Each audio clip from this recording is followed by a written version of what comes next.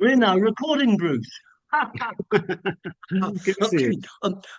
Well, Bruce, thank you very much indeed for taking the time for this conversation. And as we've just been saying, I've been very much enjoying reading your book, The Science of Happiness. And when I last mentioned that, you were able to flash a copy of the book on screen, which people might like to see. Yes, exactly, exactly. Um, um, uh, uh, and so,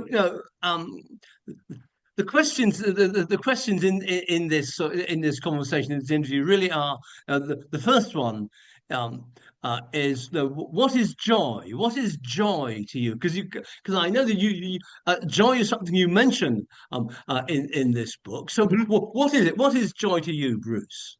Well, yeah, I mean, joy means, well, it's obviously a positive emotion, but the way it is experienced depends from person to person and context. I enjoy lots of things, but I think in the context of this discussion, I would tend to focus on the joy that I derive from completing things. So it's a more of Oh a yes. cognitive thing. Yeah, I enjoy food. I enjoy a good movie. I enjoy music. I enjoy concerts. But for me, I see joy. I find my joy from within, but from within Yep. in the context of of completion.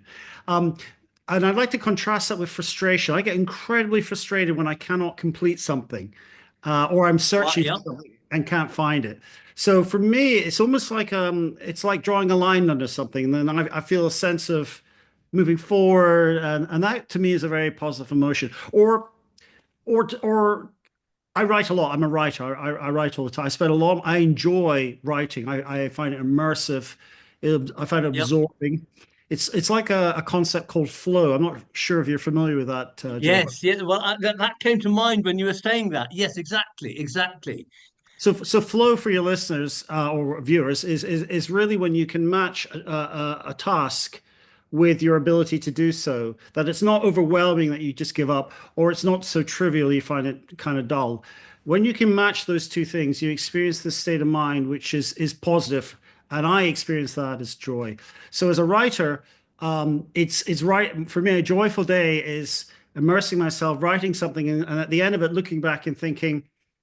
I've achieved something. That's good. And Very then, of nice. course, if you see that book printed or published, or you see, one of the most joyful things, I hate to say this, is terribly embarrassing. Well, it's not embarrassing. It's absolutely true. I was flying out of Heathrow last weekend, and I went to the bookstore, and my book was on sale, and I was just, smiling away. And this person was looking at books, and I said, "Oh, you should read this one." And he said, "Why?" I said, "Well, because I wrote it."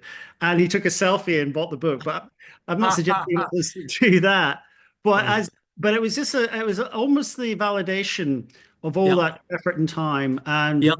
the creative process. So for me, joy is about achievements Yep. and getting somewhere. Yes. And so, would you say that when we're in a state of flow, is that also inherently a naturally joyful state? Would you say? Yeah, I mean, I'm not. I mean, to me, as they say, joy can be a positive emotional state, but you can get that from food or films or whatever, or going to a concert. And that's a different form of joy. That's almost a joy which is visceral and physical and when you're connecting with others, and I talk about this in the book, Yes. the joy which is extended. But I personally, I get a lot of joy from looking inward Yeah. and and actually, it's kind of interesting because that's one of the points I make in the book that for most people, if they want to become more joyful, they've got to open up and Yes, I connect with know. others. Yes. Yes. Yep. So, Yep. so, but I can also see there being great joy from looking inwards and not looking for the negative, but by Yep. finding, I think you can have contemplative solitudes. I think you can get moments of insight. I Yep. mean, as a scientist, I mean, one of the things I've always enjoyed is a discovery when an experiment works, or you run the data Yep. through the analysis and you realize you've actually got something. That to me is Yep. that's joyful, and that's something that is contagious. And all my grad students, they can all get excited about it. So yeah, it's a kind of more Yes. cerebral thing. It's less to do with eating good food or listening to great music or dancing. Those are joyful. Yeah. But for my personal personal preference, yeah, I think it's that kind of journey or voyage of discovery and reaching a Yeah. destination. Yes, yes. So would you what kind of distinction, if any, would you draw between joy and happiness? Oh, okay. So happiness can be, and this is an interesting question because I think it's used in different cultures to mean different Yeah. things. And this is one of Yeah. the reasons we find that the Nordic countries always score high on happiness. I gave a talk earlier this year and I met the Finnish ambassador, and they were saying, you know, we always come top of the happiness scales with the other Nordic countries. And she said, but we're not walking around with big smiles on our faces. And for them, Yeah. happiness is a sense of contentment. Yeah. For them, happiness is the absence of fear and worry and concerns. So when they're Yeah. happy, they're not saying, "Oh, I'm exuberant and ebullient." It's more, "This is okay. We're okay." And I think Yeah. that's an interesting distinction to make because the word happy Right. in Western, very individualistic culture tends to be the personal pursuit of something like gratification. Whereas Yeah. in other cultures, it's a sense of harmony, a sense of connection. So I think that's an interesting distinction. Following on from that, one of the other qualities you refer to in your book, which I have enjoyed reading, by the way, okay, you refer to that quality of awe. You know, Yeah. finding so awe-inspiring. So what relationship would you make Yeah. between joy and awe? Well, that's a wonderful point. And I'll tell you again, one of my things I love to do is to write, but the other thing I like to do is metal detecting. Okay. And I Yes, yes, and that I poem actually, you yeah, found, yeah, I got the collection here just in case. please. Yeah, so this is actually in the book. You won't be able to see it much, but this is what's called a Sestertius, and you can just see the faded image of Yes, Marcus Aurelius. Now, amazing. Marcus Aurelius, of course, is the last of the great Caesars, and he was depicted by I've forgotten the name, the Irish actor Richard Harris in Yes, Gladiator. yes, He was the good one. Okay, yes, that was Marcus Aurelius. Now, not only was he the last of the great Caesars, but he was also a philosopher. He was a Stoic philosopher. So the yeah, reason that I'm telling you about this is because literally I was out detecting in the fields around where I live. I live south of Bath, by the way. This is an area which is steeped in yeah, history, yeah, and so I often find Roman artifacts. And I found yeah, this on my birthday, so it was very auspicious because Marcus ah, Aurelius was a Stoic who talked and wrote extensively about what yeah, happiness is all about. And it's really yeah, more that cerebral, enriching the lives of other people rather than focusing on yourselves. So, yes. so And the this is quality of our thoughts. the quality of thoughts, exactly.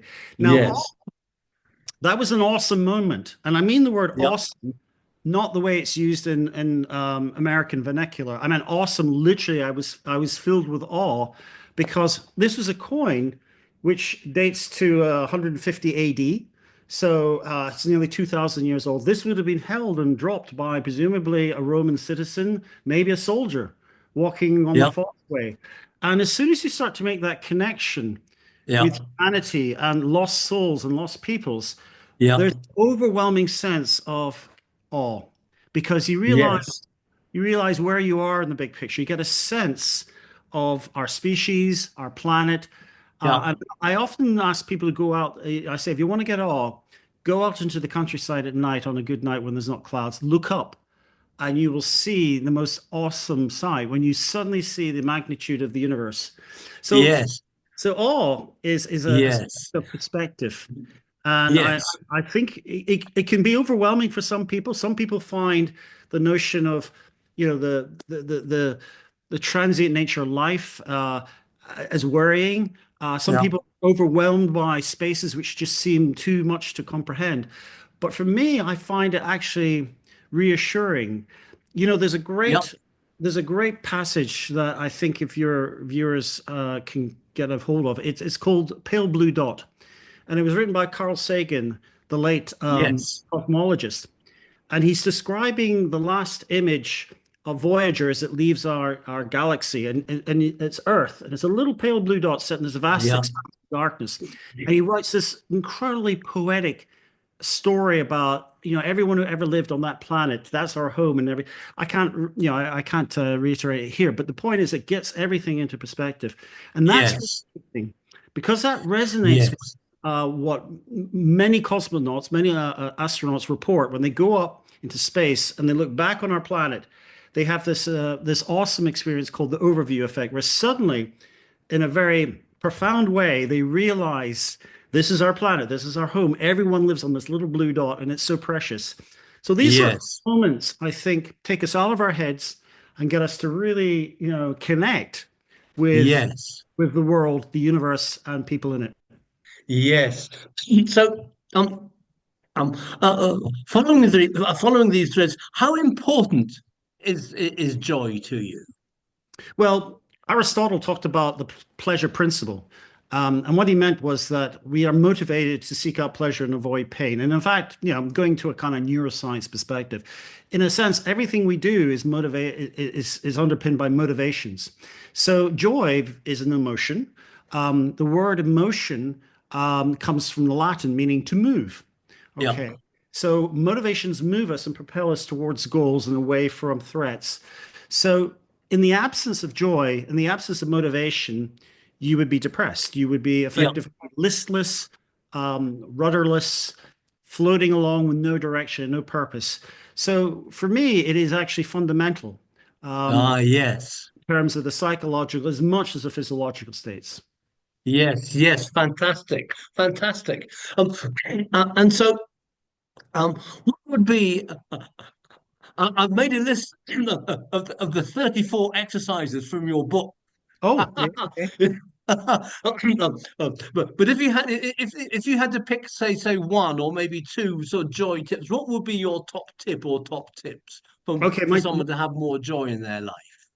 okay, so in many ways, the science of happiness is also about the science of not being unhappy. Okay, it's Yes, yes, happiness is what people think, oh, I should be aiming for, but you can achieve happiness by avoiding being unhappy. So I think actually a lot of the tips I offer are addressing the way that we process information in the world. yep. So my number one tip is is to document your life. Okay, and what I mean by that is, Interesting. Yep, yeah, take stock of it. The trouble is, all too often we're on these things, yep, uh, and we're having all our vitality taken from it. All our attention is being stolen. I mean, literally, the attention economy is exactly what it is. That's what they're trying to design software to make us pay more attention to their products. And so we forget that we are, we're vulnerable because it's well yep, designed. And so we forget that we're running on life on autopilot. And when you run on autopilot, you're basically missing out on all the wondrous, joyful, yep. awesome moments of connection. So I recommend, I'm not suggesting you put your phone away. I think that's a pointless task. It won't work. I hear all this and I just think it's never going to work. Rather, I think you can live with the technology and use it in the right way. But I would suggest just investing in a journal, paper and pencil journal, a diary, and get a pen or a pencil because it doesn't work digitally, and just document your day and write down things which have gone right and things which have gone wrong and keep a record. And the reason that's very important is because it helps you to, first of all, be mindful of what's Yep, going on in your world. It yep. allows you to show gratitude and to really appreciate things which are going right and things which are going wrong. And if they're going wrong, having written them down, you process them much more effectively. And the added Nice. Yep. value and the added value is that in a year's time, when you look back, you can see how your life has changed, and you can see the things which preoccupied you 12 months ago have more than often have dissipated. So I Yep. think keeping a record of your life is a very valuable and useful exercise. Would you also couple that with one of the other sort of tips um, Mhm. in your book, which is noting the sort of three good things that have happened in your Yes. day? So you can put the three good things into the journal. I think you can also start to do another technique I teach is psychological distancing, which is where you talk Yes, about yourself in the third person. So Bruce is yes, giving this interview to Joe, and Bruce is having this conversation. And language has this very powerful trick of switching you out of the first person perspective.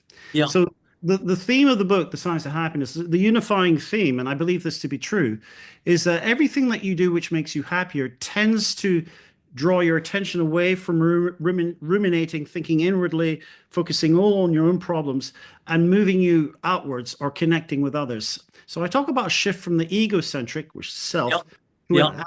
allocentric, which is other folk. Yes. Because left to your own devices, if you are focused egocentrically, there is a tendency to blow your problems out of proportion, to only Yep. focus on yourself, and not really notice everything else going on. And you miss out on all the benefits you Yep. can get from social connection. So Yes. I think that anything that does that, even meditation, which you might regard as being, well, you're just looking inside your head. Well, you're not, because good meditations will often get you to focus on your breath Yep. or sensations. And so it switches your attention away from the internal dialogue you're having in your head towards something which is either external or your bodily sensations. But because you cannot attend Yes. to things at the same time simultaneously, despite what people may think, you can't actually pay attention to both things at the same time. So if your attention is on your breath or your body or external sounds, or you're doing a mantra, Yep. then you cannot spend attention on the things which are not going right in your life, all the ruminations. So So I, th nice. so I think everything, and of course, acts of kindness is a deliberate, proactive act of enriching the Yep. life of others. So these are all strategies in the book which really take you away out of your head. I say get out of your head because it's Yes. Yes.